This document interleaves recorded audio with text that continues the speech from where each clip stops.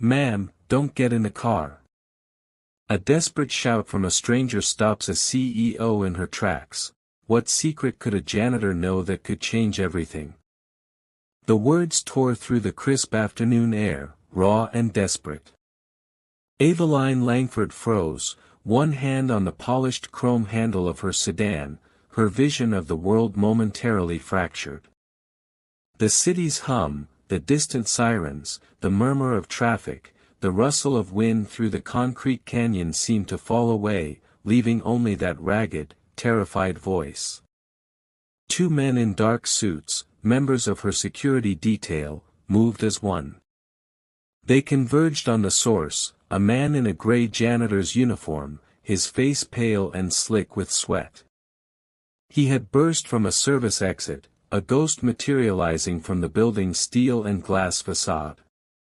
His eyes were wide, fixed on her, pleading. "Stay back," one of the guards, Graves, commanded, his voice a low growl. He placed himself squarely between Eveline and the janitor, his body a solid wall. The other guard grabbed the janitor, spinning him around and slamming him against the limestone wall of the Langford Industries tower. The man's breath left him in a pained grunt, a set of keys clattering to the pavement. "Don't let her get in," the janitor gasped, craning his neck to keep his eyes on Eveline. "Please, you can't." Eveline's shock curdled into icy irritation. She was already 12 minutes behind schedule for a meeting that could not be rescheduled. A meeting whose secrecy was absolute. This was an unacceptable breach. A dereliction. "Graves, what is the meaning of this?" she demanded, her voice sharp enough to cut glass. She pulled her hand back from the car door as if it were scorched. "Who is this man?" "Liam Byrne, ma'am," Graves said, his eyes scanning the street, the surrounding rooftops, every parked car. His hand drifted to the inside of his jacket. "He's on the night crew maintenance. He's insane." The other guard grunted, wrenching Liam's arms behind his back. "No." Liam's voice cracked. "Listen to me, just for a second. The car, it's not safe. A single word, safe, changes everything. Is this janitor a madman, or does he know a deadly truth that could unravel a corporate empire?" The word hung in the air. Safe. In Eveline Langford's world, it was a word processed through a dozen filters of risk assessment and corporate espionage, but shouted by a frantic janitor on a city sidewalk, it meant only one thing. Graves' eyes narrowed. He looked at the sleek black sedan, then back at Liam's terrified face. Protocol took over, cold and swift. "Ma'am, step away from the vehicle now." His tone was no longer a suggestion. He gestured to the other guard. "Lock it down. Get the police. Get the bomb squad. Full perimeter." Eveline's jaw tightened. "A bomb? Graves, this is absurd. The man is clearly unwell." "Maybe, ma'am," Graves said, gently but firmly guiding her back toward the building's marble entrance. "But we don't get paid to take chances on maybe." Within minutes, the street was a swirling chaos of red and blue lights.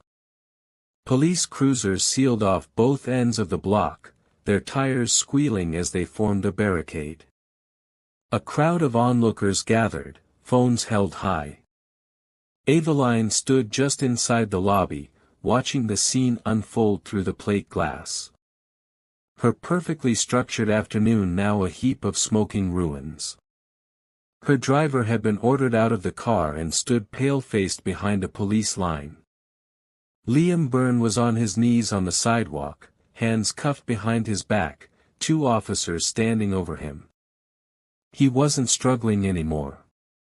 He just stared at the black sedan, which now sat alone in the middle of the cordoned-off street like a tomb. He had stopped her. That was all that mattered. But as the first member of the bomb squad appeared in heavy protective gear, a cold dread washed over him. He hadn't thought this far. He hadn't thought about anything beyond the single blinding imperative to stop that car door from closing. He thought of his daughter, Maya. He could picture her perfectly, sitting by the window of their small apartment, her sketchbook open on her lap. He saw the slight tremor in her hand as she drew, a subtle, cruel symptom of the disease that was stealing her from him, cell by cell. He remembered the last doctor's visit. The hushed, pitying tone. "The progression is faster than we anticipated, Mr. Byrne. We're running out of options." That was a lie. There was an option. A new one. A cure, they were calling it. A miracle out of Shaw Industries. He'd seen the name on the shredded papers he'd painstakingly taped together in the dim light of a custodial closet, his hands shaking. He'd seen the name of the trial, the name of the lead researcher, and the name of the primary test subject, and his blood had run cold. A low metallic groan snapped him back to the present. A bomb disposal robot was rolling toward the sedan. It extended a mechanical arm, its camera eyes swiveling to examine the undercarriage. Aveline watched, her arms crossed, a knot of fury tightening in her stomach. The meeting was at a private airfield. The flight was in less than an hour. She was supposed to be there to witness the culmination of 2 years of secret, off-the-books funding. The moment she would finally see her brother again. She looked over at the janitor. His head was bowed, his shoulders slumped in defeat. He didn't look like a terrorist. He looked like a man drowning. An hour later, the verdict came. The car was clean. Every panel, every wire, every inch of the chassis had been swept. There was no bomb. There was no threat. There was nothing. The police tape came down. The crowds dispersed. The bomb squad packed up their gear. The only things left were the lingering echo of sirens and Aveline Langford's cold, unadulterated rage. The 2 officers pulled Liam to his feet. "You're looking at a felony, pal," one of them said. "Making a false report, inciting panic. The DA is going to have a field day with you." They were about to lead him to a cruiser when Aveline stepped out of the lobby. Her heels clicked on the pavement with the sharp, deliberate rhythm of a ticking clock. Graves moved to her side. "Ma'am, we'll handle this." "No," she said, her voice dangerously quiet. She stopped directly in front of Liam, her gaze so intense it felt like a physical weight. The officers paused, waiting. She looked at this man, this nobody, this ghost from the night shift who had just cost her something immeasurably important. She didn't see a madman. She saw a terror that was too specific, too real, and she needed to know why. She dismissed the officers with a flick of her eyes. They stepped back but remained close. "You have 5 seconds, Aveline said, her voice barely a whisper, but carrying the full force of her power. "You will tell me why you just destroyed my day. And if I don't believe you, I will personally see to it that I destroy the rest of your life." Liam's heart hammered against his ribs, each beat a drumbeat of panic. Her eyes, the color of a winter storm, bored into him. This was it. The moment where his life either ended or took a turn so sharp he couldn't imagine the road ahead. He couldn't tell her everything. The shredded papers, the late-night research, the web of lies he'd barely begun to untangle. It would sound like the ravings of a madman. He needed one thing, one key to unlock the door of her fury and prove this wasn't random. His throat was sandpaper. He swallowed, the sound loud in the sudden silence. Neurosynaptic decay syndrome, he breathed, the words clumsy, foreign in his own mouth. For the first time since he'd met her gaze, Eveline Langford flinched. It was imperceptible to anyone else. A slight widening of her eyes, a fractional tightening of her lips. But to Liam, who had staked his entire world on this one moment, it was like a canyon opening at his feet. He had hit the target. Her composure, a fortress built over a lifetime, resealed itself in an instant. But the crack had shown. She knew.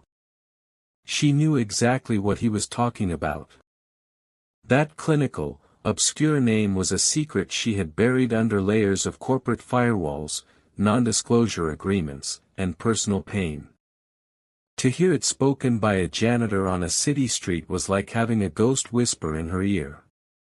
She turned to the police officers, her tone shifting back to command. This is a corporate security matter now, an internal one. I will handle Mr. Burns' debriefing. You can release him into the custody of my security chief. The officer frowned. Ma'am, he committed a crime. We can't just, you can, and you will, Eveline cut in, her voice leaving no room for argument. Langford Industries will not be pressing charges. We will, however, provide the city with a generous donation to the Police Benevolent Fund to compensate for the resources expended this afternoon. Send the paperwork to my legal department. It wasn't a request. It was a transaction. The officer exchanged a look with his partner, then nodded. The cuffs were unlocked.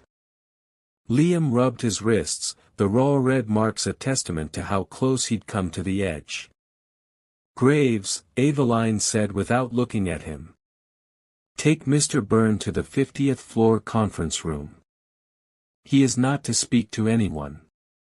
He is not to leave. Wait with him until I arrive. Yes, ma'am. Graves' hand rested lightly on Liam's elbow. The touch wasn't rough, but it was inescapable. As Graves led him back into the gleaming lobby of the tower, Liam felt a new kind of fear. He was no longer a citizen in the hands of the law. He was an asset, a problem, a piece of corporate intelligence in the hands of Eveline Langford. He didn't know which was worse. The 50th floor conference room was a glass box in the sky. Windows on three sides offered a god's eye view of the city, a sprawling map of lights and shadows. The table was a single, massive slab of obsidian black marble, polished to a mirror finish. Liam felt like a bug under a microscope. Graves stood by the door, silent and motionless as a statue. An hour passed, then another. Liam's mind raced. He thought of Maya, alone in their apartment, probably watching cartoons, blissfully unaware of the hurricane her father had walked into. He had to call her. He had to let her know he'd be late. He looked at Graves. Can I use my phone?" he asked. "My daughter?" "No," Graves said flatly. The door finally opened. Eveline Langford swept in, her personal assistant trailing her with a tablet. She dismissed the assistant with a nod. The door clicked shut, leaving the three of them in the sterile silence of the room. She didn't sit. She prowled the perimeter of the room, her heels silent on the plush carpet. Liam remained standing, feeling the grime of his uniform, the sweat on his brow, the chasm between their two worlds. "Neurosynaptic decay syndrome," she began, her voice calm, controlled. "It's exceptionally rare. Fewer than 2,000 diagnosed cases worldwide. Tell me, Mr. Byrne, how a man who mops floors for a living became an expert in boutique neurology. Liam's hands trembled. He clasped them behind his back. My daughter, Maya. She was diagnosed 6 months ago. The words landed in the room and stayed there. Aveline stopped her pacing and turned to face him fully. He could see the conflict in her eyes. The CEO assessing a threat, the woman hearing an echo of her own private hell. She's 7, Liam continued, his voice thick with an emotion he could no longer suppress. She loves to draw. Her hands have started to shake. The doctor said it's progressing. They said there's nothing they can do. He saw a flicker of something in her expression. Not pity, but a shared, bleak understanding. He had to press on. I know about the trial, he said, his voice dropping. The one you're funding, the Langford Initiative. I know you think you found a cure. Aveline's face went blank, her expression unreadable. The source of your information is of great interest to me. I found things. Papers. He couldn't admit he'd pieced them together from a shredder bin. Not yet. I saw the name of the lead subject in the final phase. Your brother, Kellen Langford. Her jaw tightened. You have been busy, Mr. Byrne. I was desperate, he shot back, a surge of courage rising with his fear. Wouldn't you be? A cure is being developed in the very building I work in. A cure for the thing that's killing my little girl. I had to know more. And what you know prompted you to cause a citywide panic and make me miss the most important meeting of my life. Yes, Liam said, taking a step forward. Graves tensed by the door. Because it's not a cure. It's a lie. The treatment, it doesn't work. It makes it worse. I saw the preliminary data, the mortality rates they buried in the appendices. They're not saving your brother, Miss Langford. They're using him. Aveline stared at him, her mind racing, processing, analyzing. Was this an elaborate corporate sabotage attempt? Was he a pawn for a rival company? Or was he something far more dangerous, a desperate father who had stumbled upon a truth she herself had refused to see? She had poured $1 billion of her personal fortune into this project. She had trusted Dr. Finch. She had believed in the miracle because she had to. She walked to the head of the table and finally sat, gesturing for him to take a chair opposite her. The distance between them felt like miles. You say you have a daughter, she said, her tone shifting, becoming less of an interrogator and more of a strategist. I'm going to need her medical records, her full diagnostic history, everything. Liam's blood ran cold. Why? She has nothing to do with this. She has everything to do with this, Aveline corrected him, her eyes locking onto his. You've made an extraordinary claim, Mr. Byrne, a dangerous one. I need to know if the foundation of your story is built on rock or on sand. She leaned forward, her voice dropping to a low, intense murmur. You are not leaving this building. My people will be looking into every aspect of your life, starting with your daughter. If you are telling me the truth, we have a mutual interest. But if you are lying, she paused, letting the weight of her words fill the room, then you have made an enemy you cannot possibly comprehend. The silence in the glass cage was absolute.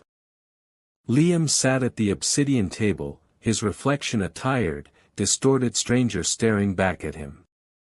He was a prisoner, not in a jail cell with bars, but in a sky-high monument to a world he didn't belong in. His fate hung on the whims of a woman who could erase him with a single phone call. Every minute that ticked by was a minute he wasn't with Maya. Was she home from school yet? Had Mrs. Henderson next door given her the afternoon snack he'd left? Did she notice he hadn't called? The thought was a physical pain, sharper than the ache in his wrists. In her penthouse office 5 floors above, Aveline Langford moved with cold purpose. The janitor's desperate, ragged confession had bypassed her corporate defenses and struck something deeper, something she hadn't allowed herself to feel in years. Doubt. "I want everything on Liam Byrne," she told Graves over the intercom, her voice devoid of emotion. "Employment history, credit score, social media, known associates. I want to know what he eats for breakfast. And I want his daughter's medical file, not a summary, the entire chart. Have our legal team make the request directly to the pediatric neurology department at St. Jude's. Use my name. I want it in 1 hour. And Mr. Byrne." Graves' voice crackled back. "He stays where he is. No calls, no contact. He is a black box. I need to know what's inside before I decide to open it." The machine of Langford Industries, once aimed at Liam, now focused on his life story. It was brutally efficient. Within 45 minutes, a series of encrypted files arrived on Aveline's tablet. She bypassed the financial data and went straight to the medical report. Patient, Maya Byrne, age 7. Diagnosis, neurosynaptic decay syndrome, stage 2. Aveline's breath caught. She read through the neurologist's notes. The clinical language, a stark, sterile description of a nightmare she knew all too well. Patient presents with increased distal tremors. Observable decline in fine motor skills. Prognosis is aggressive. It was a mirror of the report she received weekly about her brother, Kellen. The foundation of Liam Byrne's story wasn't sand. It was bedrock. He wasn't lying. The knowledge didn't bring relief, only a colder, more profound sense of dread. If he was telling the truth about his daughter, what if he was also telling the truth about the cure? Down on the 50th floor, Liam was pacing. The anxiety was a living thing inside him, clawing at his insides. He had to talk to Maya. He approached the door where Graves stood, an immovable object. "Please," Liam said, his voice cracking. "I need to call my daughter. She'll be worried. She's just a little girl. Just 2 minutes. You can listen to every word." Graves' expression was unreadable, but he tapped his earpiece. "Ma'am, Byrne is requesting a call to his daughter." The line was silent for a moment. Then Aveline's voice came through, clipped and precise. "Put it on speaker." Graves produced a phone and dialed the number Liam gave him. After 2 rings, Maya's small voice answered. "Daddy?" A wave of relief so powerful it made Liam dizzy washed over him. "Hey, sweet pea. It's me. Daddy, where are you? You didn't call after school." He closed his eyes, leaning his forehead against the cool glass of the window.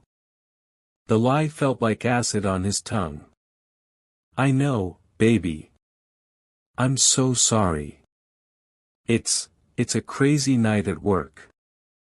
One of the big water pipes broke, and it's a huge mess. I have to work a double shift to help clean it up."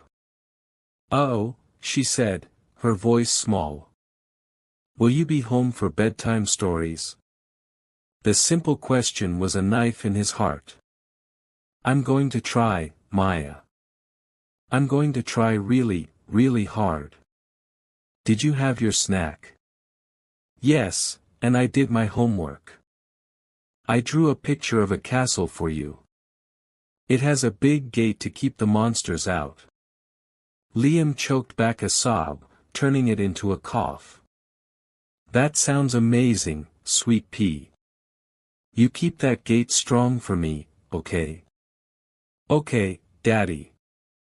I love you. I love you more, Maya. Be good for Mrs. Henderson. I'll call you as soon as I can. He hung up, his hand trembling. He slid down the wall to the floor, burying his face in his hands, the facade of strength crumbling into dust. He was unaware of the CEO 5 floors up, listening to the entire exchange. The sterile silence of her office filled with the sound of a father's breaking heart. Aveline switched off the intercom. The conversation had done what no financial report or background check could. It had made Liam burn real. He wasn't a corporate threat. He was a man fighting the same war she was, only with none of her resources. She turned to her secure terminal and pulled up the file on the Langford Initiative. She scrolled past the glossy progress reports from Dr. Alastair Finch, past the fabricated projections of success. Her eyes scanned the financials, the endless lists of acquisitions for the research facility, chemicals, lab equipment, containment units, and a name she had approved months ago but never questioned. A consulting payment to a firm called Helios Analytics. A quick, encrypted search brought up the company's file. It was a shell corporation, and its sole proprietor was a doctor, Corbin Vance, a biochemist who had lost his license 5 years earlier for falsifying clinical trial data, a fact Dr. Finch had failed to mention. Her blood ran cold. She had been so blinded by hope, so desperate for a miracle, that she had ignored the red flags, the little inconsistencies. Finch's resistance to a third-party audit, which he dismissed as unnecessary delays that Kellen couldn't afford. She looked at a photo on her desk, a younger version of herself and her brother, smiling on a sailboat, the sun in their hair, before the diagnosis, before the world had shrunk to hospital rooms and grim prognosis. The janitor was right. They weren't saving him. They were using him. Her finger hovered over the intercom button to call Graves. This required a different touch. She picked up her direct, encrypted line to Dr. Finch's private office at the research facility. He answered on the first ring, his voice smooth as silk. Aveline, I was beginning to worry. I trust the meeting it was postponed, she said, her voice a chip of ice. She didn't give him time to respond. Alastair, I'm reviewing the Q3 expenditure reports. A payment was flagged for a consultant, Helios Analytics. I wasn't aware we had an outside firm analyzing the data. Can you clarify Dr. Corbin Vance's role in the trial? The silence on the other end of the line was deafening. It lasted only 3 seconds, but in that space, Aveline heard everything. The frantic search for a lie. The shock of being caught. The cold, sharp clang of a trap springing shut. Finally, Finch's voice came back, strained and suddenly stripped of its easy charm. Corbin Vance. That must be a clerical error. He has no formal role. He's an old colleague I occasionally consult for his historical perspective. His historical perspective on falsifying data? Aveline asked, letting the question hang in the air, cold and deadly. Dr. Finch sputtered on the other end of the line, a rush of indignant protests tumbling out. Falsifying data? That man was a victim of academic politics. I will not have my integrity questioned, Aveline. Not after everything I've done for your family. Your integrity is no longer a topic of discussion, Alastair, Aveline said, her voice dropping to absolute zero. It is now evidence. You will not touch the facility servers. You will not delete a single file. And if you go anywhere near my brother, I will bring the full weight of the federal government down on you so fast your head will spin. Am I clear? She didn't wait for an answer. She ended the call, the silence in her office ringing with the finality of a death sentence. The board was set. The enemy was flushed from the shadows. Now she had to move faster than him. She took her private elevator down to the 50th floor. When she entered the glass-walled conference room, Liam was on his feet, pacing like a caged animal. He looked up as she entered, his face a mask of exhaustion and fear. The power dynamic between them had irrevocably shifted. He was no longer just a suspect, and she was no longer just his accuser. They were two people on opposite sides of a canyon, now staring at the same monster on the other side. "You were right," she said, the words costing her a piece of her pride. She slid her tablet across the polished marble table. On the screen was the file for Helios Analytics and the damning photo of Dr. Corbin Vance. Dr. Finch has been paying a disgraced researcher who was barred for faking trial results.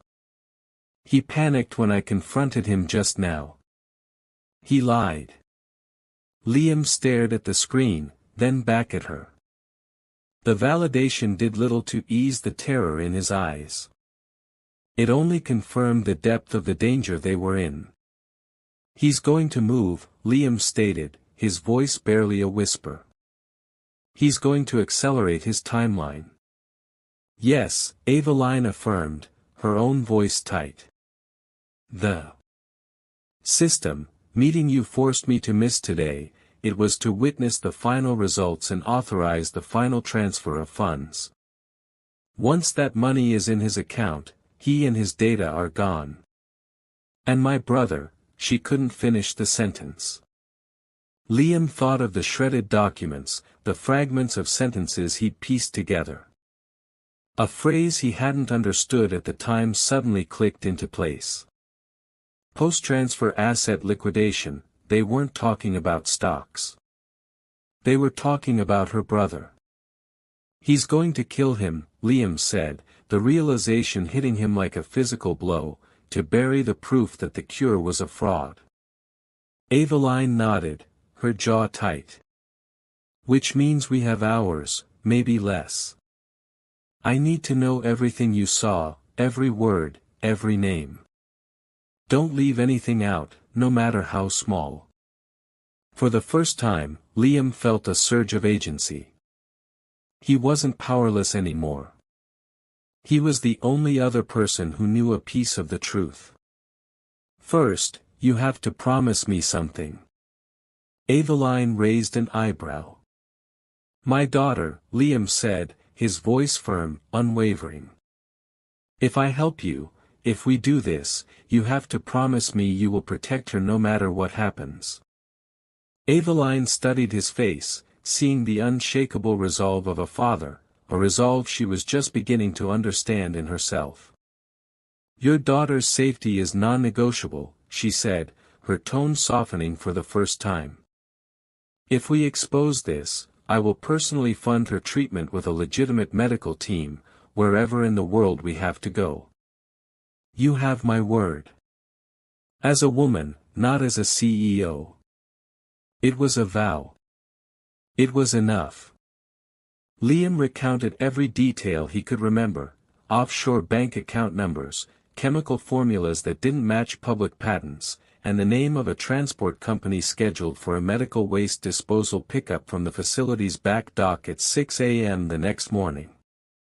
"It's not waste," Aveline murmured, her face pale. "It's Kellen." She sprang into action, her mind a whirlwind of strategy. "Graves," she barked into her intercom, "get the jet ready for Black Ridge Airfield, and I need full schematics for the North Valley Research Facility, architectural, security, and HVAC, now." She turned back to Liam. I can get a team of federal marshals there, but it will take a judge, warrants, it could take 12 hours. We don't have 12 hours. Finch will be gone by then. We have to get in tonight. They'll be watching the main entrance, Liam said, his mind already piecing things together. The gates, the cameras. They'll expect a frontal assault. Graves entered with a tablet, projecting the facility's intricate blueprints onto a screen that descended from the ceiling. It was a fortress, a single-access road, electrified perimeter fencing, motion sensors. A full tactical assault would be a siege. Ma'am, Graves said gravely, it's impossible on this timeline. Liam stepped closer to the screen, his eyes scanning not the main structures, but the spaces in between. His finger landed on a small, insignificant-looking icon on the far side of the compound. What is that? Aveline asked. An industrial sanitation conduit, Liam answered, his voice gaining confidence. For acidic chemical runoff from the main lab. It's shielded, reinforced, and it empties into a drainage culvert half a mile outside the perimeter fence. Graves frowned. That conduit would be less than 30 inches wide and connected directly to their waste processing. It's a suicide run. Not if their waste processing isn't active, Liam countered. The documents I saw had a maintenance schedule. The primary filtration system is shut down for cleaning every night between 2 and 4 a.m. They wouldn't be running experiments then. To save power, they put the lab in standby. Aveline stared at him, a flicker of awe in her eyes. He saw the building not as a fortress, but as a network of vulnerabilities. He saw it the way a janitor would. You're saying we could get inside through a sewer pipe, she said. I'm saying, Liam corrected her gently, he'll be watching the front door for a CEO. He'll never be watching the drains for a janitor. A heavy silence filled the room. The plan was insane. It was reckless. It was the only chance they had. Aveline looked from the schematic to Liam's determined face, then to Graves. Get the gear, she commanded. We're going in, and Mr. Byrne is coming with us. The jet ascended into the night, a silent ghost leaving the city's glittering grid behind. Liam sat stiffly in a cream-colored leather seat that cost more than his car, the janitor's uniform feeling like a costume in this world of polished wood and silent efficiency. Across from him, Aveline Langford had shed her CEO persona and was now a field commander, her face illuminated by the cold blue light of the schematics on her tablet. Graves sat beside her, methodically checking a set of compact, high-tech gear. The silence on the plane was heavy, filled with the unspoken fear and desperate hope of their mission. Liam's world had been upended in less than 12 hours. He clutched the armrests and thought of Maya. He pictured her drawing of the castle, the gate meant to keep monsters out. Tonight, he was walking through the gate to face them. Aveline looked up, her gaze analytical but no longer hostile. Tell me about her, she said, her voice quiet, cutting through the engine's hum. Who? Maya, Aveline clarified. You're risking your life. I want to know why. He swallowed, the lump in his throat feeling like a stone. She's bright, he began, his voice rough. She's funny. She asks a million questions. Her favorite color is yellow, the color of the sun right when it wakes up. She wants to be an astronomer. Says she wants to discover a new star and name it after her mom. He trailed off, the memory of his late wife a sudden, sharp ache. Aveline didn't offer pity. She just listened.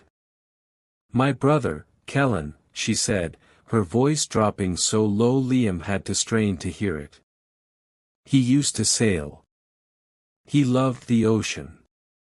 He said it was the only place where you could feel how big the world was and how small your problems were. The last time we spoke, he told me he just wanted to feel the sun on his face one more time without feeling like he was fading away." In that moment, they weren't a CEO and a janitor. They were just two people bound by the same cruel disease, sharing stories of the people they were trying to save. An hour later, the luxury of the jet was a distant memory, replaced by the damp chill of a forest floor. They moved in tactical silence, the only sound the crunch of their boots on fallen leaves. Then they saw it, a high chain-link fence topped with razor wire, and beyond it, the North Valley Research Facility, a low, dark shape against the starry sky. Liam led them along the perimeter to the spot from the schematic. The drainage culvert was a concrete tube half hidden by overgrown weeds, the air thick with a chemical tang. Graves produced heavy bolt cutters and snipped through a rusted iron grate. "It's 2:15 a.m., he whispered, handing out night vision goggles. "The filtration system should be offline for another hour and 45 minutes. If we're not out by then, this pipe will flood with corrosive chemicals. We go in, we find the brother, and we get out. No deviations." The crawl was a claustrophobic nightmare. Liam followed Graves into the pipe, the space shockingly tight. They moved on hands framework and knees through a slick of cold, foul-smelling residue, the world reduced to the eerie green glow of their goggles and their own ragged, echoing breaths. The pipe was a perfect amplifier, turning every scrape of a knee and gasp for air into a deafening noise. It felt like being buried alive, a slow, miserable journey through the building's foul intestines. Finally, after what felt like an eternity, Graves stopped. "We're here," he breathed into the comms. Ahead, a vertical steel grill blocked their path. Beyond it, Liam could make out the shapes of pipes and machinery in a cavernous sub-basement. They had made it inside. A surge of adrenaline shot through him. Graves readied a small hydraulic tool to pry the grill open but paused, holding up a hand for silence. He peered through the bars, his body going rigid. He slowly lowered the tool. "What is it?" Aveline whispered into her comm, "What's wrong?"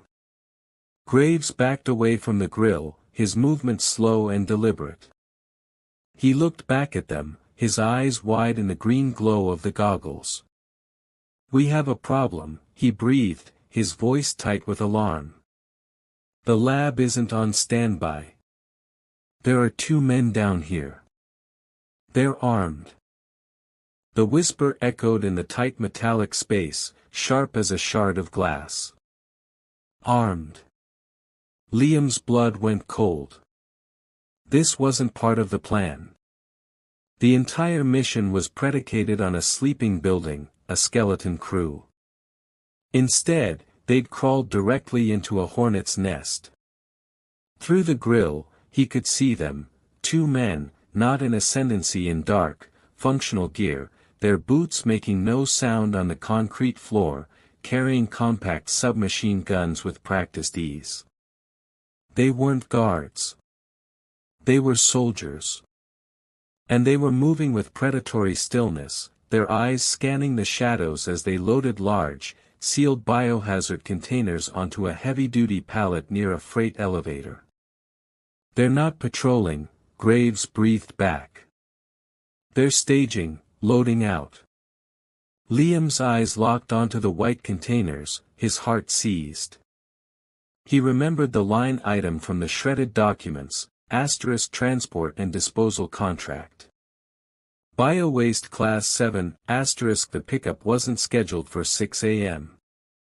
It was happening now.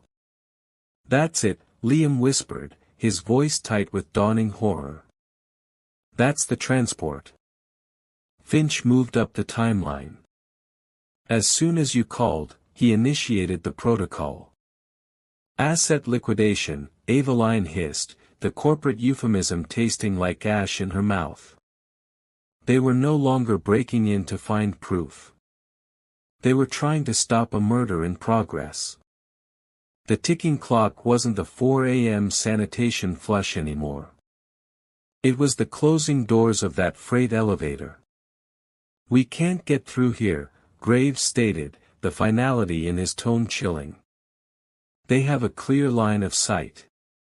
We'd be cut down before we took 2 steps. Panic, cold and sharp, pricked at Liam's mind. They were trapped. He squeezed his eyes shut, forcing himself to see the blueprints he'd studied for hours. The shaft, he breathed, his voice urgent. The lab supply dumbwaiter. On the schematics, it was 20 yards to the left of our position on the north wall. It runs vertically through the whole facility. Across open floor, Graves countered. Create a diversion, Aveline commanded, her mind already calculating. Something loud. Graves calibrated a small electromagnetic device.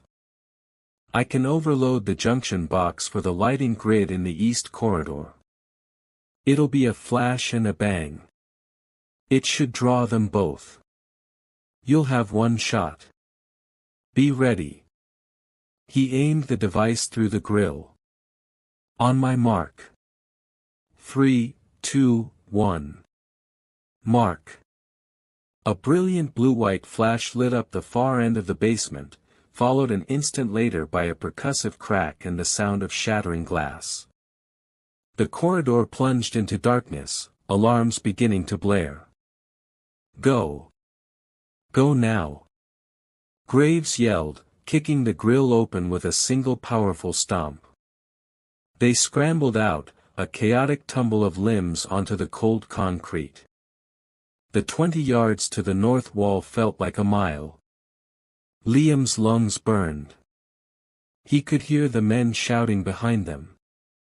He slammed into the wall, hands slapping against the cool steel, searching for the dumbwaiter door. He found the recessed handle and pulled. Locked. A beam of light from one of the men's weapon-mounted flashlights sliced through the darkness, sweeping across the floor toward them. Graves was there in a second, jamming a pry bar into the seam. With a screech of protesting metal, the door popped open. He shoved Liam and Aveline inside the cramped, greasy-smelling box. Get going, he ordered, squeezing in behind them and pulling the door shut just as the flashlight beam hit the wall where they had been. Plunged into absolute darkness, Liam fumbled for the control panel and slammed the up button. With a violent lurch, the dumbwaiter began its slow, grinding ascent, the chain mechanism screaming out their location. Medical wing is on the 3rd floor, Liam whispered. We're almost there. The dumbwaiter shuddered to a halt. Through the thin metal door, they could hear the squeak of rubber wheels on a polished floor and a low, urgent murmur. Graves slowly, carefully pulled the door open a fraction of an inch. Through the crack, Liam saw a brightly lit, sterile white hallway. Moving down it, away from them, was a gurney pushed by 2 orderlies in surgical scrubs. A still figure lay on it, completely covered by a white sheet. Dr. Finch walked beside it, looking at his watch. Aveline saw it, too. A choked, strangled sound escaped her lips. A single, horrified word that was both a question and a prayer. Kellen. Aveline lunged for the door handle, a raw, guttural cry building in her throat. Graves caught her, his hand clamping down on her shoulder like a vice, pulling her back into the shadows of the dumbwaiter. No, ma'am, wait, he hissed, his voice ablaze in the darkness. We're exposed. They'll kill us all. That's my brother, she choked out, fighting against his grip, her eyes locked on the gurney as it neared the freight elevator at the end of the hall. Liam watched, his own heart in his throat, as Dr. Finch pressed the call button. The massive steel doors slid open. The two orderlies pushed the gurney inside. Finch glanced one last time down the empty corridor, a thin, satisfied smile on his face before stepping in after it. The door slid shut with a heavy, final thud. It was over. They were too late. A strangled sob escaped Aveline. She slumped against the wall of the dumbwaiter, the fight draining out of her. All of this, the risk, the fear, the desperate crawl through the filth, for nothing. No, Liam said, the word quiet but firm. Aveline and Graves both turned to him. In the dim light filtering through the crack in the door, they could see his eyes were narrowed, his brow furrowed in thought. What do you mean, no? Graves demanded. It's a decoy, Liam said, the pieces clicking together in his mind. It has to be. He was spooked after your call. He'd expect you might try something. Why move your most valuable asset through the main monitored hallway? Why the sheet? Why not a secured body bag if it's supposed to be waste? He's creating a ghost signal, a false trail on the security logs for anyone who comes looking later. Aveline looked up, a flicker of desperate hope igniting in her eyes. She clung to the logic, to the possibility. He wants it to look like my brother left through that elevator. But he's not in there. He's still here. Somewhere else. Galvanized by the new possibility, she pulled out her tablet, its screen bathing the small space in a bright glow. She pulled up the third-floor schematic. He'd need a place that's secure, isolated, and off the main camera grid. Somewhere with a different way out. Her finger traced over the neat boxes of labs and patient rooms. Liam leaned closer. Not a new room, an old one. Somewhere forgotten. His finger landed on a large, grayed-out section at the far end of the wing, labeled in small, archaic text, * Surgical Theater 3. Decommissioned, *. There, he said. It's an old wing. They wouldn't have bothered upgrading the security systems. It probably has its own service elevator, an old one that goes straight to a basement loading dock. Aveline zoomed in. He was right. A thin line on the schematic indicated a small, isolated elevator shaft disconnected from the main building network. A ghost exit, she whispered. Just then, the freight elevator at the end of the hall chimed, its doors opening again. Finch and the two orderlies stepped out without the gurney. They headed back down the hallway, their job done. Now, Graves said, his voice low. Now we move. They slipped out of the dumbwaiter into the sterile white corridor. The air hummed with the quiet thrum of machinery and smelled of antiseptic. Every sound was magnified. They moved like shadows, pressing themselves into a dark alcove as Finch and his team passed the other end of the hall. Liam watched the doctor's calm, purposeful stride and felt a chill. This was a man without a conscience. They reached the corridor leading to the decommissioned wing. It was darker here, the lights spaced farther apart. At the end of it was a set of heavy double steel doors with a small, wired glass window showing only darkness beyond. Next to it was an electronic keypad, its single red light glowing like a malevolent eye. Graves examined the lock. Magnetic seal, encrypted keypad. I can't bypass this without a plasma cutter or a lot more time than we have. They were stuck. A few feet of steel and a password separated them from Kellen.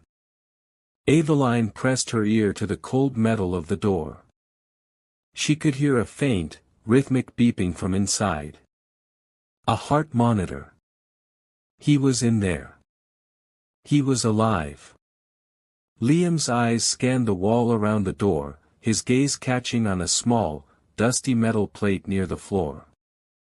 The lettering was faded, but he could just make it out, emergency atmospheric purge control. He'd seen panels like it in old industrial buildings. It was a relic. "I can't open the door," he said, a new, daring idea forming in his mind. "But I think I can make them open it for us." He pointed to the panel. "This is a manual override for the room's ventilation in old surgical theaters. If there was a chemical spill or a gas leak, you could trigger a purge. It would suck all the air out of the room and vent it outside, replacing it with a sterile saline nitrogen mix. The people inside would have about 30 seconds to get out before they suffocated." Graves stared at him, a look of horrified admiration spreading across his face. Aveline's expression turned to ice.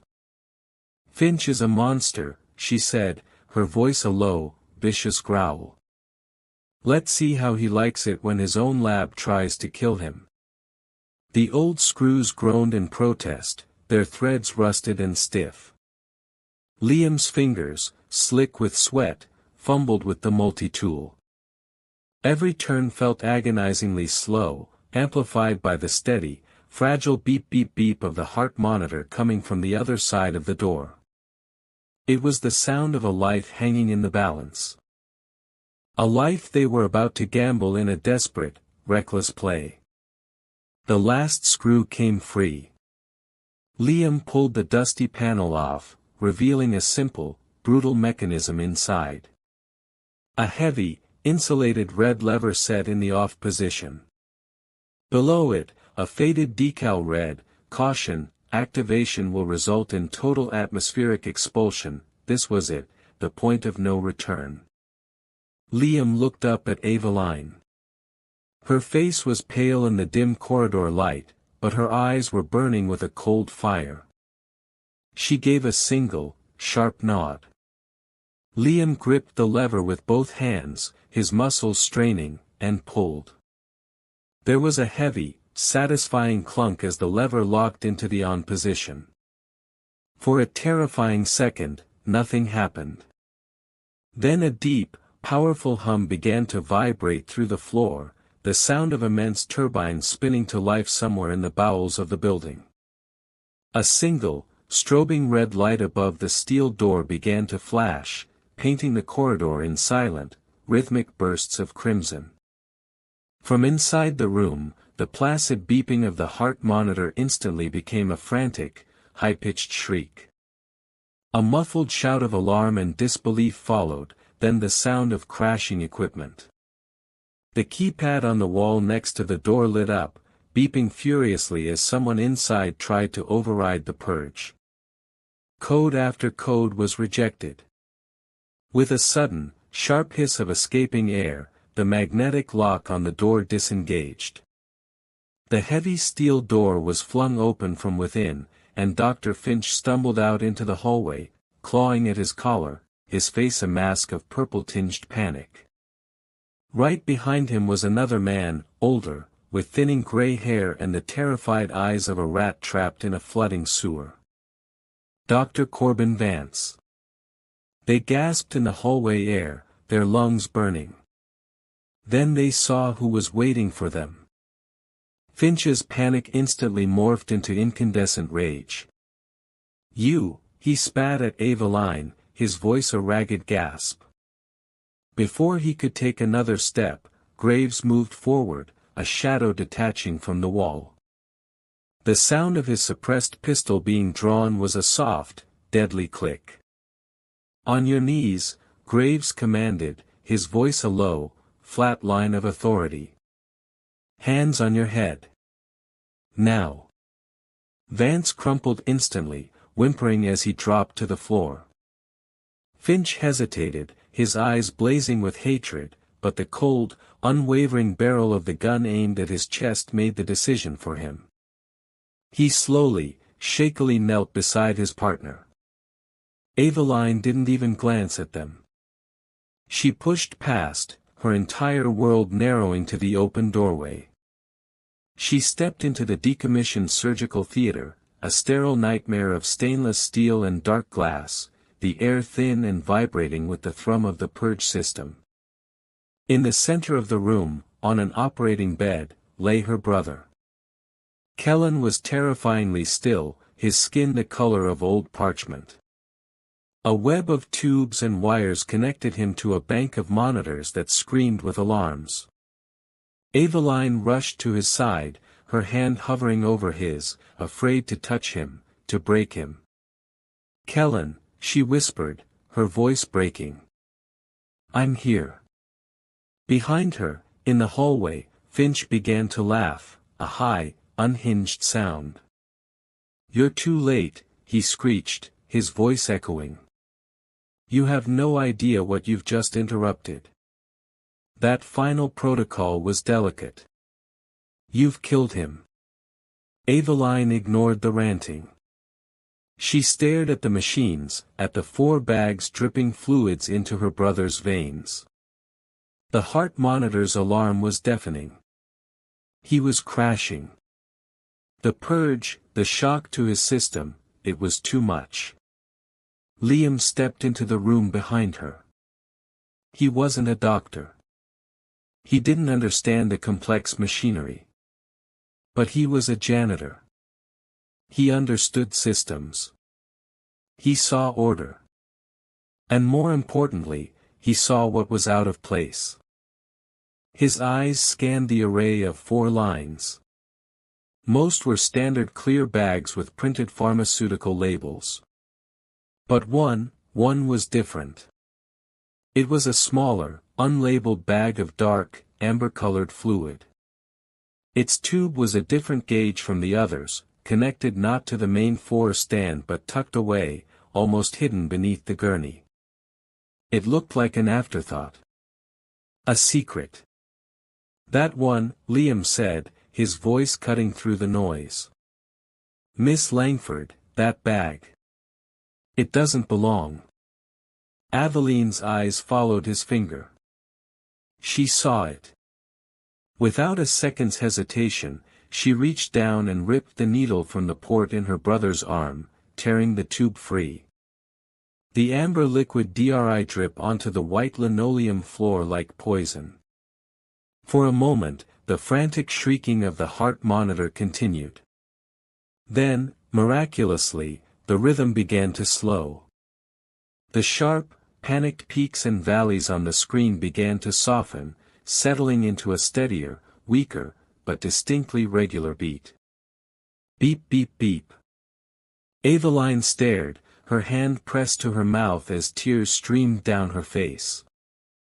Liam had just saved her brother's life. The shared moment of relief was shattered by a new sound. The thud of heavy boots running down the main corridor. Shouts. The armed cleaners from the basement, alerted by the alarms, were coming. Graves glanced from his 2 prisoners to the open doorway, then back to Aveline. His face was a grim mask. "They're here," he said, "and they're not going to knock." The heavy steel door shuddered as something slammed into it from the outside, then again, a coordinated, rhythmic boom that echoed the frantic beating of Liam's own heart.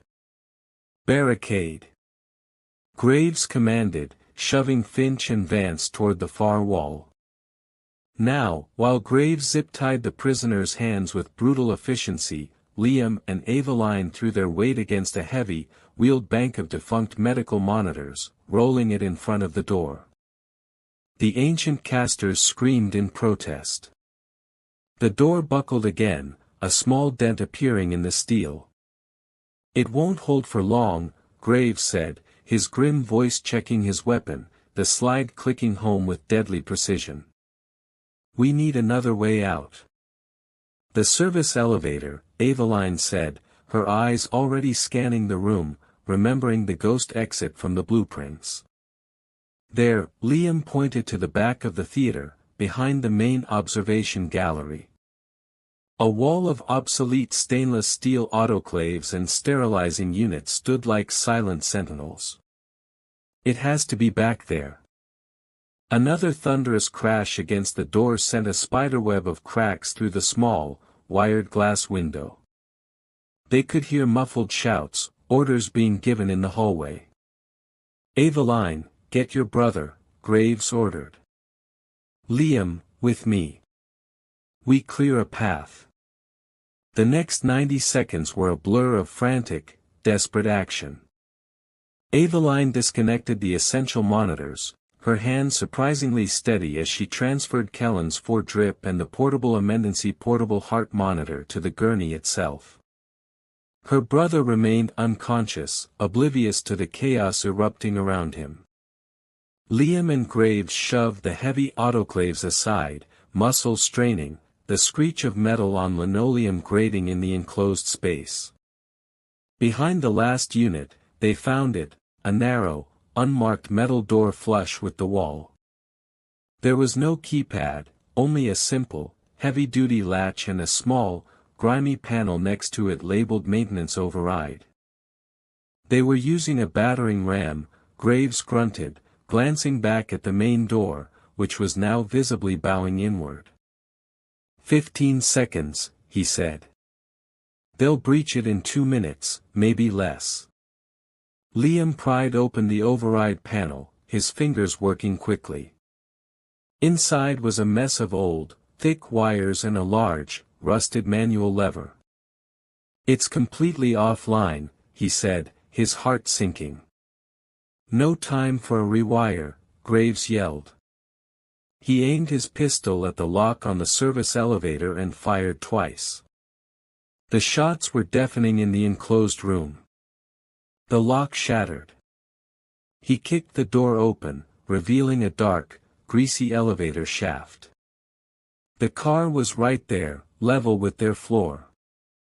"Manual crank," he said, pointing to a large, spoked wheel on the wall inside the shaft. "It's our only shot." Just as he spoke, the main door burst open with a scream of tortured metal.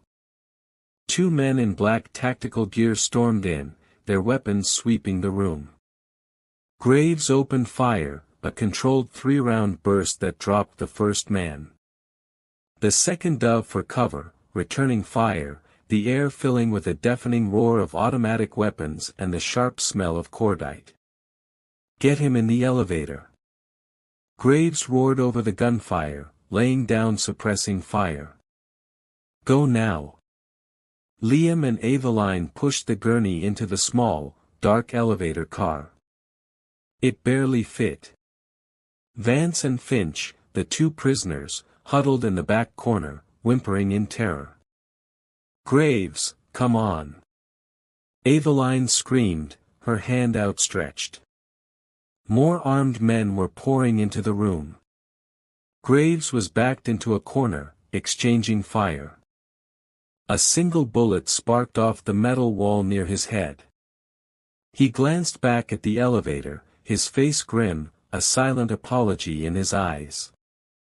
"There's no time," he shouted. "Get him out of here, ma'am." "That's an order." "No." Aveline cried, her voice raw. "I'm not leaving you." Another volley of bullets ripped through the room, chewing up the wall where they stood. Liam saw the look on Graves' face. It wasn't a choice. It was a sacrifice for Kellen, for Aveline. Acting on pure instinct, Liam slammed his hand against the elevator's control panel. He found a large, greasy button under a cracked plastic cover that read Emergency Descent. He mashed it with the heel of his hand. A loud alarm bell began to clang, and with a sickening lurch, the elevator car dropped. The heavy, grill-like doors began to slide shut. Aveline screamed Graves' name, her hand still reaching for him. The last thing they saw before the doors closed was Graves standing his ground, his gun blazing as the armed cleaners advanced on him, their forms silhouetted by the flashing red emergency light. Then the doors slammed shut, plunging them into a rattling, clanging darkness. The sound of the gunfight abruptly cut off, replaced by the terrifying sound of their freefall descent into the heart of the building. The elevator didn't just descend, it plummeted. The emergency brake was shot, and the car dropped down the shaft in a terrifying, semi-controlled freefall. The clang and screech of metal on metal was deafening. Sparks rained down from the cables above, illuminating the small, cramped space in strobing, hellish flashes. Eveline was thrown against the wall, her grief for Graves momentarily eclipsed by raw, primal terror. Liam grabbed onto a maintenance railing, his other arm thrown out protectively in front of Kellen's gurney. Finch and Vance were a heap on the floor, screaming. The fall lasted only a few seconds, but it felt like a lifetime. It ended with a bone-jarring, tooth-rattling crash as the car hit the bottom of the shaft. The impact was so violent it threw them all to the floor. The world went dark. For a moment, there was only the sound of pained groans and ragged breathing. Then Liam's voice cut through the black. "Everyone okay?" "I'm fine," Eveline managed, her voice shaky. She fumbled for the tactical flashlight Graves had given her. A powerful white beam cut through the darkness, revealing the chaotic scene. The gurney had tipped, but Kellen was still strapped in. His monitors were dark. Kellen, Eveline scrambled to his side, her hands searching for a pulse in the dim light. "The power's out," Liam said, his mind already working. He found the monitor's battery backup switch and flipped it. The screen flickered to life. The steady, reassuring beat of Kellen's heart filled the silence. He was stable. Eveline let out a shuddering breath of relief. She looked at Liam, her eyes full of a dawning, terrifying respect. He wasn't just a janitor. He was a survivor. The elevator doors were crumpled and jammed, but Liam found a manual release lever.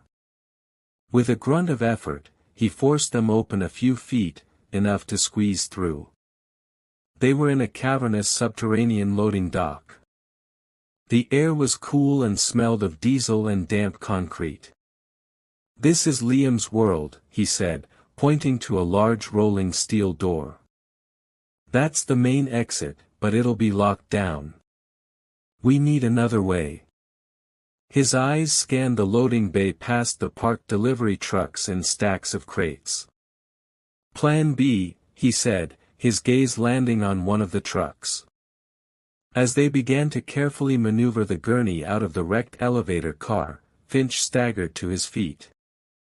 "Wait," he said, his voice a desperate, sycophantic whine. He directed his words to Liam, ignoring Eveline completely.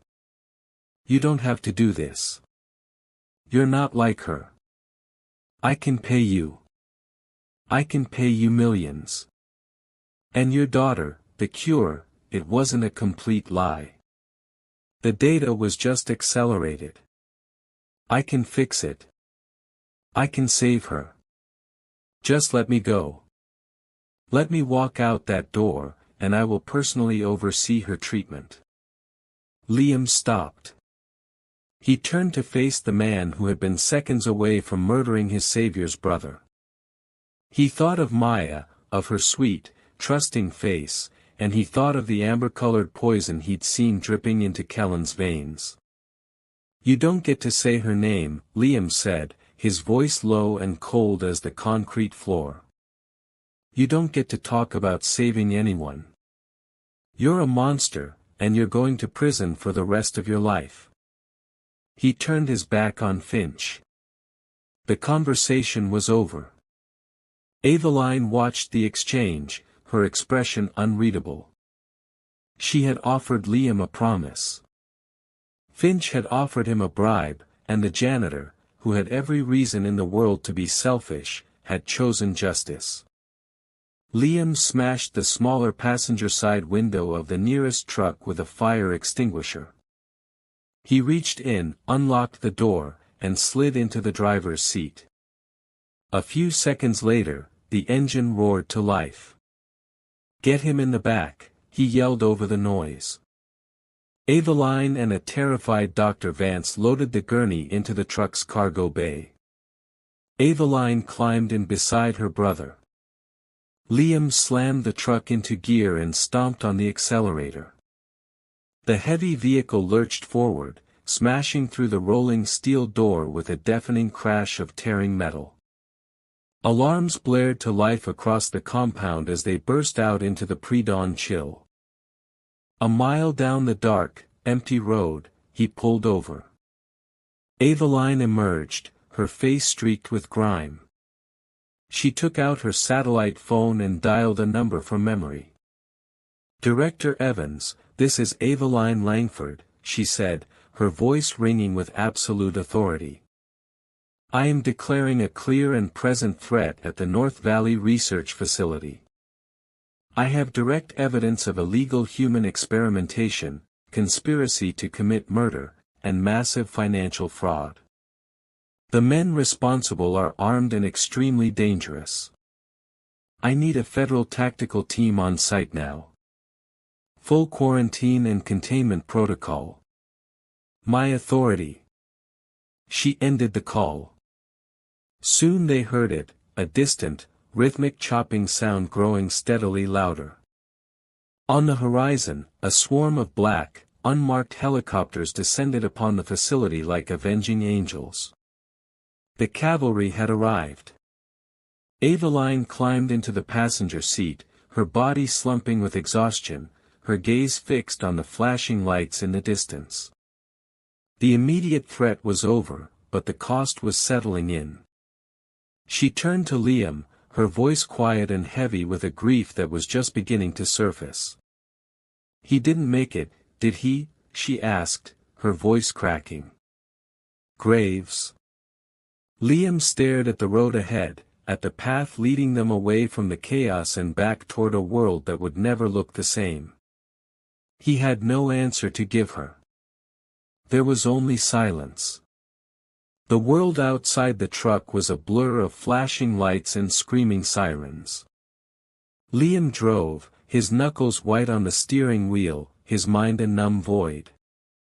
Aveline sat in silence, her gaze fixed on the road, but seeing only the image of Graves framed by the closing elevator doors, a lone soldier against an unstoppable tide. They met the first federal blockade a mile down the road. Within minutes, the chaotic escape transformed into a controlled, clinical operation. Medics swarmed the truck, carefully transferring a stable but still unconscious Kellen to a waiting life flight helicopter. FBI agents took a sputtering, protesting Dr. Finch and a catatonic Dr. Vance into custody. A brisk, professional agent tried to question Aveline, but she cut him off. "I will give my full statement in 1 hour," she said, her voice like steel. "My priority right now is my brother." She looked at Liam. "And him. He stays with me." The first days were a blur of hospital corridors, guarded debriefing rooms, and the constant, quiet hum of medical machinery. The raid on the North Valley facility had been brutally efficient. Finch's entire operation was dismantled, his network of corrupt researchers and hired guns apprehended in a single, decisive stroke. The full, monstrous truth of his fraud was laid bare for the world to see. Aveline sat in a private waiting room, her gaze fixed on the city beyond the window, when Director Evans of the FBI entered. "He's a hero, Miss Langford," he said without preamble. "My men breached the surgical theater and found him surrounded by 4 unconscious assailants. He was out of ammunition, but he was still standing. He's in critical condition, but the doctors say he's going to make it. Aveline closed her eyes, a single tear tracing a path through the grime on her cheek. Graves. He had survived. That news became the foundation of their new reality. While Kellen began the long, slow journey of recovery, his body purged of Finch's poisons, Aveline waged a different kind of war. She fulfilled her promise to Liam. She took the real, untainted data from Finch's research and established the Langford Byron Foundation, a multi-billion-dollar initiative to find a legitimate cure, bringing together the world's best and brightest neurologists. Their first two patients were Kellen Langford and Maya Byrne. 6 months later, the first real sun of spring was spilling through the branches of a giant oak tree, dappling the lawn in shifting patterns of gold. From the porch of a comfortable, quiet house nestled in a neighborhood far from the noise of the city, Liam watched his daughter chase a soccer ball across the grass. Maya ran. She didn't stumble. Her laughter was bright and effortless. And when she kicked the ball, her movements were sure and steady. Her hands, the hand that used to tremble when she held a crayon, were now strong enough to catch a ball thrown a little too hard by her new best friend, Kellen Langford, leaning against the porch rail, laughing as the ball bounced off his chest. He still walked with a cane, a faint reminder of the storm he had weathered. But his eyes were clear and full of life. "Hey, watch it, superstar," he teased Maya. "You're going to put me back in the hospital." "Nah, she giggled, running to retrieve the ball. "You're too strong for that." Liam smiled, a deep, genuine smile that reached his eyes. The experimental gene therapy developed by the Foundation had worked. It had not just halted the disease. It had begun to reverse it. Aveline stepped out onto the porch, carrying 2 glasses of lemonade. She handed one to Liam, their fingers brushing. The gesture was simple, familiar. The chasm between their worlds had closed, replaced by a bridge built of shared trauma and mutual respect.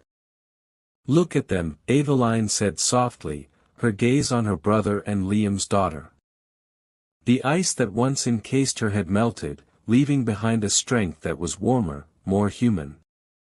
"A few months ago, I was buying a lie because I was too afraid to face the truth. And you? You were willing to burn your own life down just to shine a light on it." Liam watched Maya score a goal between 2 lawn chairs, her arms raised in triumph. "I wasn't trying to be a hero," he said, his voice quiet. "I was just trying to be a dad." "That system's what heroes are, Liam," Aveline replied. "Just people trying to protect the ones they love." At the edge of the lawn, a man, with a slight limp of his own, watched the children play, a quiet, satisfied smile on his face. Graves, now retired, had refused to be anywhere else. Maya came running up to the porch, her cheeks flushed, her eyes bubbling with excitement. She held up a piece of paper, a new drawing. It wasn't a castle with a gate to keep the monsters out this time. It was a simple picture of a house with a big oak tree. Under the tree, 5 stick figures held hands, a man with a cane, a little girl in a bright yellow shirt, a quiet man watching from a distance, and, in the middle, a man and a woman standing close together. Above them all, a giant sun shone down, its rays touching each one of them. Liam took the drawing, his throat tight. He looked at Aveline, and in her eyes, he saw the same reflection of their impossible journey. They had started in a world of glass towers and custodial closets, of power and invisibility. But by walking through the fire together, they had found their way here, to this porch, on this sunny afternoon. They had found their way home. Alright, and that's where we leave it for now. Every time I tell this story, I hope it gives you a bit of an escape, a chance to just drift for a while. It'd be cool to know what you were up to while listening, winding down for the night, on a long drive. Just drop a line in the comments. I really do read through them all.